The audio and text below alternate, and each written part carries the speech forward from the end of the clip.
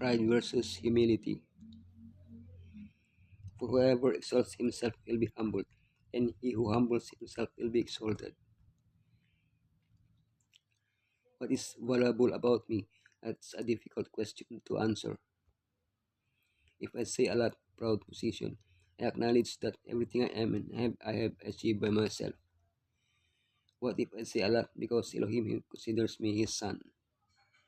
If I say nothing, humble position, I acknowledge that everything I am and have comes from Elohim. What if I say nothing because I lack self-esteem? Examples of pride. Lucifer, the disciples of Yeshua. Examples of humility. The tax collector, Moses. Yeshua, the perfect example. Examples of pride. Lucifer, for all that is in the world, the lust of the flesh, the lust of the eyes, and the pride of life is not of the Father, but is of the world. If we speak of pride, we must speak of the one in whom this feeling first arose, Lucifer. He decided not to be content with his position, but wanted to ascend to a higher one. In time, his desire to be so exalted that he longed to occupy the very throne of Elohim. We have inherited the desire to do whatever pleases us, to possess whatever we want, and to gain positions that allow us to acquire fame or wealth. That is what the world offers us. But not all aspiration is pride. Dissatisfaction derived from a child's success or personal ambition is not necessarily unhealthy pride. The important thing to remember is that our possessions, skills, and achievements do not determine our worth. Pride consists of not giving Elohim the glory for what he does in our lives. The disciples of Yeshua. Now there was also a dispute among them as to which of them should be considered the greatest. They had spent more than 3 years with Yeshua. He had just washed their feet and told them about his blood shed for all. Yet as they ate dinner, their conversation had nothing to do with all this. Which of them was the greatest? Their pride led them to believe they deserved the top spot. They failed to grasp the gravity of their feelings. They were pushing Elohim away from their heart because of their pride. Yeshua got straight to the point. I am among you as the one who serves. In other words, if you want to be great like your master, serve others. Our pride tells us that we deserve to be served by others. We are better than them. We need Elohim's grace to become humble servants. Examples of humility. The tax collector. And the tax collector, standing afar off, would not so much as raise his eyes to heaven, but beat his breast, saying, Elohim, be merciful to me, a sinner. A Pharisee was telling Elohim about the good works he did and the merits he had before heaven. But Yeshua said that he prayed to himself and not to Elohim, a perfect example of pride. A tax collector was asking Elohim for help, for he was a sinner. By humbly presenting himself before Elohim, he went down to his house justified, because for everyone who exalts himself will be humbled, and he who humbles himself will be exalted. True humility begins when we acknowledge our sin and ask for Christ's help. Then, we will not look upon others as inferior. We will not seek public recognition.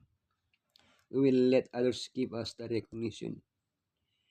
We will receive Elohim's grace. We will impart that grace to others. Moses. By faith, Moses, when he became of age, refused to be called the son of Pharaoh's daughter, choosing rather to suffer affliction with the people of Elohim than to enjoy the passing pleasures of sin. Moses was trained to be the next Pharaoh of Egypt.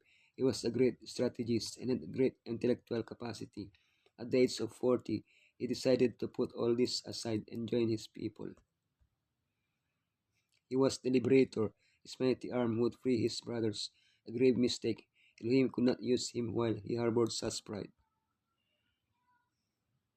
Another 40 years in communion with Elohim in the desert made him a very humble man. Now he could be used by Elohim to send plagues, cross the sea, receive the Ten Commandments, speak directly with Elohim, strike the rock. He was even the able to humble, accept the punishment for his act of pride, taking credit for what he did. The example of Moses shows us that humility does not arise spontaneously in us, but we must ask Elohim to imbue us with it every day. Yeshua, the perfect example, and being found in appearance as a man, he humbled himself and became obedient to the point of death, even the death of the cross. No one in this world has ever had, nor will ever have, the greatness that Yeshua possessed before his incarnation. Yet he renounced everything out of love for us. Faced with such humiliation, everything we have, everything we are, or everything we could ever become pales in comparison. Yeshua renounced heaven to die for humanity in the hope that we would understand his act of grace and respond to his invitation to a relationship with him. He is without a doubt the perfect example of humility. Let this mind be in you, which was also in Messiah Yeshua. Following his example, let nothing be done through selfish ambition or conceit, but in lowliness of mind. Let each esteem others better than himself. Let each of you look out not only for his own interests, but also for the interests of others. Lord, I will praise you, Lord, with all my heart. Before the gods, I will sing your praise. I will bow down toward your holy temple, and will praise your name for your unfailing love and your faithfulness. For you have so exalted your solemn decree that it surpasses your fame. When I called, you answered me. You greatly emboldened me. May all the kings of the earth praise you, Lord. When they heard what you have decreed, may they sing of the ways of the Lord. For the glory of the Lord is great. Though the Lord is exalted, he looks kindly on the lowly. Though lofty, he sees them from afar. Though I walk in the midst of trouble, you preserve my life. You stretch out your hand against the anger of my foes. With your right hand you save me. The Lord will vindicate me. Your love, Lord, endures forever. Do not abandon the works of your hands. In self-love, self-exaltation, and pride there is great weakness, but in humility there is great strength. Our true dignity is not maintained when we think most of ourselves, but when Elohim is in all our thoughts and our hearts, are we all glow with love to our Redeemer, love to our fellow men. Simplicity of character and lowliness of heart will give happiness, while self-conceit will bring discontent, repining, and continual disappointment. It is learning to think less of ourselves and more of making others happy that will bring to us divine strength.